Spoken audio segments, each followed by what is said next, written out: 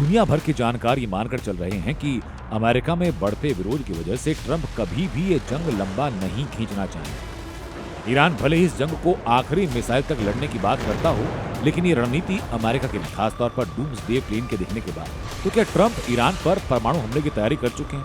क्या इस वजह से ट्रंप ने सोशल मीडिया पोस्ट में जिक्र किया, एक पूरी सभ्यता आज खत्म हो जाएगी, जिसे फिर कभी जीवित नहीं किया जा सकेगा? मैं ऐसा नहीं चाहता, लेकिन शायद यही होगा। आज रात में हमें सब कुछ पता चल जाएगा। ये विश्व इतिहास की सबसे महत्वपूर्ण क्षणों में से एक है। 47 वर्षों की वसूली, भ्रष्टाचार और मौत का अंत होगा। ईश्वर ईरान के महान लोगों का भला करे। ट्रंप के इस ताजा पोस्ट का मतलब हुआ कि उन्होंने ईरान के आखिरी अंजाम की मर्सिया पढ़ दी।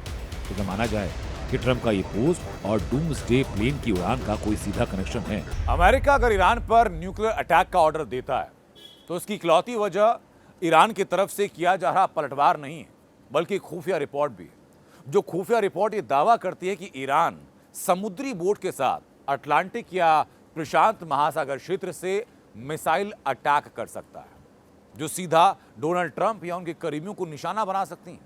हालांकि अमेरिकन नेवी इस खतरे को लेकर अलर्ट है, लेकिन कहा यह भी जा रहा है कि ऐसे खतरे को भांपते हुए डोनाल्ड ट्रंप कोई भी सख्त ऑर्डर दे सकते हैं। ट्रंप की धमकी को ऐसा नहीं कि ईरान बड़बोलापन समझकर हल्के में ले रहा है। उसने भी सभी परमाणु ठिकाने और ऊर्जा संयंत्रों की रक्षा के लिए ह्यूमन चेन यानी मानव श्रृंखला तैयार करने की बात। इस ह्यूमन चेन में सभी युवा होंगे जो जमीनी या हवाई हमले की स्थिति में ट्रंप की सेना का सामना करेंगे। अब सवाल ये, क्या ईरान में अपने टारगेट को पूरा करने के लिए ट्रंप ह्यूमन चेन को तोड़ेंगे या इन पर सीधे बम बरसाएंगे? इसे ट्रंप के पहले वाले बयान के 5 संकेतों में समझ सकते हैं। ट्रंप ने कहा पूरे मुल्क को एक रात में खाक कर सकते हैं। ईरान ट्रंप की कोई शर्त मानने को तैयार नहीं। हर दिन की जंग में अमेरिका को $100 अरब का नुकसान हो रहा है। ईरान में जमीनी हमला शुरू करने में अमेरिकी सेना हिचकिचा रही है। हॉर्मुज का रूट बंद होने से अरब देशों का तेल कारोबार चौपट हो रहा है। लेकिन अमेरिकी सेना और इसके सुप्रीम कमांडर पर चौतरफा दबाव है।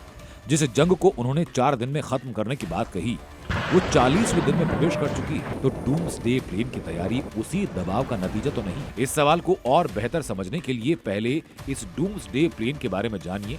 ये अपने आप में बड़ा संकेत है ट्रंप के नेक्स्ट प्लान।